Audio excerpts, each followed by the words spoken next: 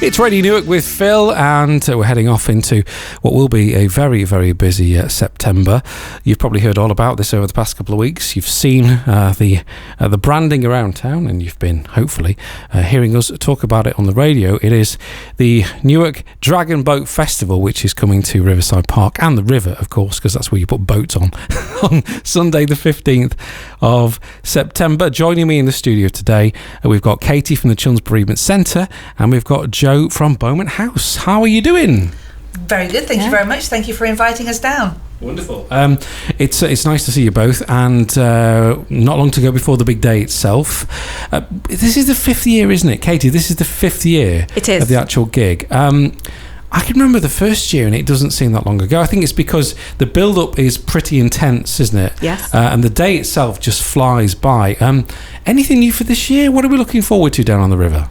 So we've got all the excitement on the river as usual. Going back to the first year, 2019 was the first year that we put the festival on, and we had 20 teams taking part, which was amazing for the first year. This year we've got 37 boats racing on the water. So yeah, they're made up of local businesses, groups, organisations. They're working really hard at the moment to fundraise.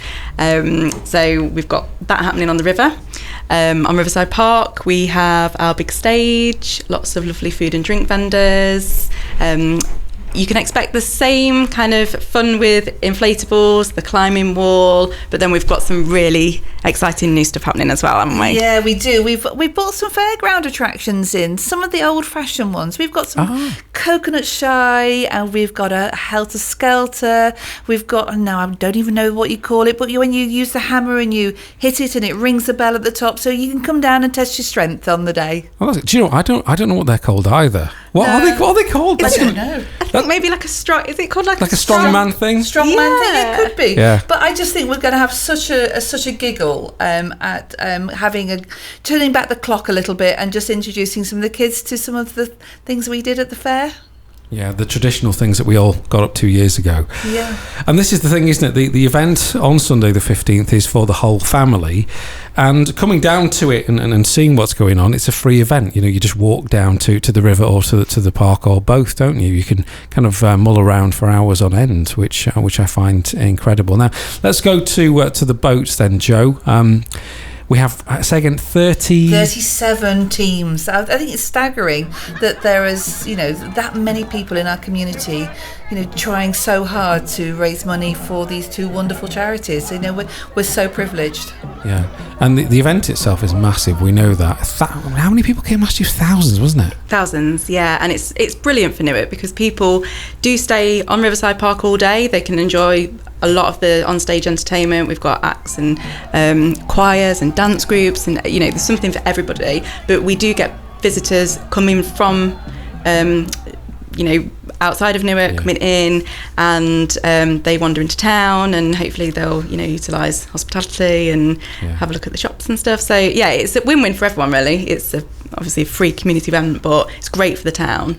Yeah, and what I love the most about it, I think it's so I'm going to say the word protracted, but in a good way. So, if you're not interested in one part of the day, there's something else you are.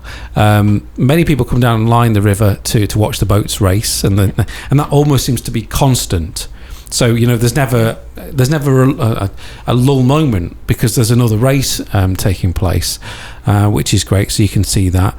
We've got some live entertainment again because the stage is full of local performers, isn't it? So tell us about that. We do. So we've got lots of our youth groups performing for us, both singing, schools singing for us. We've got dancers, we've got street dancers, we've got some of our local heroes doing some music for us. But we have a sensation. We've got something so new and so exciting happening for Newark. And I've only just found out about it. Are we allowed to say this now? I think we should. I think it's time that we let the cat out of the bag, I think. So we have had the news that Newark and Sherwood District have commissioned a sea shanty about Newark.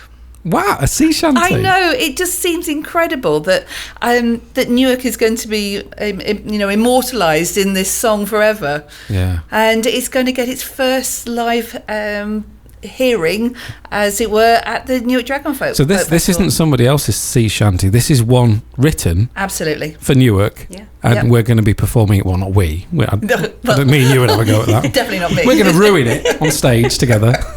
No, it's going to be performed by professionals that are going absolutely by a professional band. They are called the Sea Shanty Boys, and that's boys as in the water boy rather than the male boy. Yeah. Look at them on live. They've got YouTube videos up. They've got a social media presence. Perhaps I can share that with your listeners so that they can have a look in advance at them. Wow, it's great, isn't it? Oh, I'm so excited. I love this. It's my favourite event of the year, the Newark Dragon Boat Festival, then Sunday 15th of September. Because this is a collaboration between Children's Bereavement Centre and Beaumont House, how does that work between you then? I mean, obviously your teams are working on it, your volunteer teams. We've said this before, without volunteers nothing works in this environment. How easy do you find it then having two separate kind of teams working in harmony? Does it work well? Well, yeah, it does. I mean, this is my first year into the event and with Beaumont House, and obviously there was a little bit of anxiety at the beginning. You think, oh goodness, how's it going to work? But I can honestly say it's been so smooth. There's beautiful communications. At the end of the day, we've all got the same goal, and the same goal is to raise money for our joint charities to support people in our own community. And our charities are very interlinked, and we're very supportive of each other, and that's the wonderful thing about it. Yeah, it's a great partnership. It's a massive event, and a lot of resource goes into organising it right back, really from January. So to be able to work 50-50 on that is amazing. I'd say it's scary. Yeah, it must be scary. It's a huge event Yeah. now. Like, you've got obviously New Wave events are brilliant at looking after the on river activity, but just the space on Riverside Park is huge. But I think what's really nice, as Joe's touched on, is the support for both charities is incredible in Newark, and the sponsors, suppliers and supporters that actually come out and like Newark and District Council have sponsored the sea shanties performance. We've got Inspire, who have funded an activity with some smoke breathing dragons. So we're really looking forward to seeing that. But just all of the teams, the businesses and the teams that are involved in fundraising, I think the message is really lovely that they are supporting two local charities. And I think that's why the community gets so behind it. Fundraising wise, does this come from sponsorship, the boat sponsorship, or the people within the boats and the teams, and predominantly? Is that where it comes from? Yes. Okay. So in the boats, there's 10 rowers and one drummer that sits on the front. Yeah. And they make up their Back Dragon Boat team, and they set up an online fundraising page that's they generate donations and sponsorship, and then it's completely split by that platform 50-50, right. Which is amazing. It is, I'm going to say, and it is just worth saying that all the teams can be found on the Newark Dragon Boat Festival webpage, and if you know somebody or would like to support one of the teams, donations, you can still make them online. A lot of the teams have collection buckets, they're running raffles, they're running cake sales, and all of this information is available either on our own website or on the independent businesses. There's a lot going on this last week. I think that's the thing, isn't it? People might want to know more about how they could just put a couple of quid in a cause. Well, your cause is, how do you get the money from my back pocket to you? And if you're not in a boat, or you're not directly involved in that part of the day, then how do you do it? So via a webpage, you can donate directly. You can donate to a team. You can also on the day dial a number. So we have a pay to donate telephone line. It's £2, £5, £10 and £20 from memory, and we'll have those posters all over the Riverside Park, so people can just use their mobile phones to donate directly into the charities. Yeah, a text to donate system. And then also we've got some of our sponsors and supporters have got their own activities going on Riverside Park, so there'll be lots of ways that people can just take part in a hook a duck or whatever. And again, all of those proceeds come to the charities, and also if you indulge in the local food and drink, we also get either a pitch donation or a percentage of the sales that come from the food and drink vendors, and that again is an amazing way for us to raise money. But this really is our biggest fundraiser of the year. So It's exciting. I can tell you both are really excited. It's just it is very exciting. I mean, and we've got over 100 volunteers this year, which is staggering that people are prepared to give up their time for us as well as their money. Yeah. So we're very grateful to that. Yeah, there's a lot of thanks to make. I bet there are, We're full of gratitude right now. Oh, that's fantastic. Well, thank you both for coming in today. We can't wait to be at the festival. We've literally just had a meeting before this conversation to work out what Radio Newark can do, and we're going to be backstage broadcasting from that vantage point on that Sunday, which is amazing, which is really, really good. So Sunday, 15th of September at Riverside Park, around 10 o'clock-ish in the morning. Starts at 10, yeah. 10 o'clock, and ends just after 5.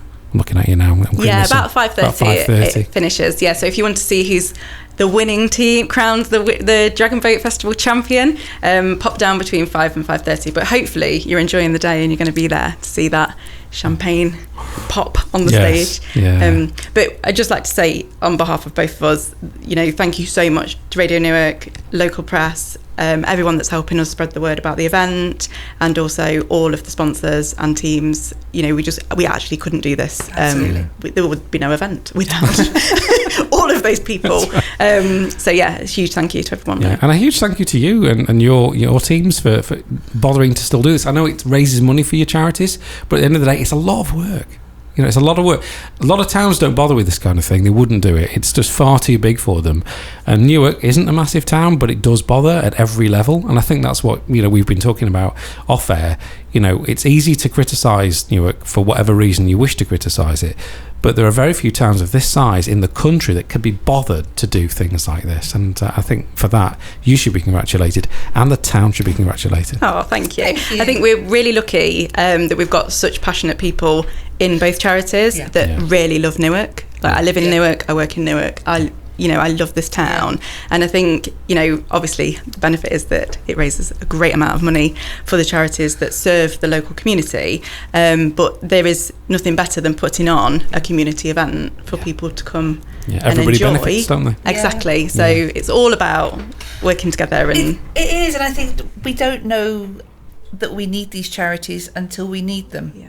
And I think there's so many of us out there that are calling on these services more now than we have in the past, and we don't want them to disappear from our community because they're just too important. I mean, hospice care is completely important to everybody at any stage of their life, facing that that journey of that final journey, and also from the supporting children in their hour of need of bereavement. We can't lose it in our town, and by doing things like this means we get to keep them. Fantastic. Thank you both for coming in today, and we'll see you there on the 15th. Yay! Thank you.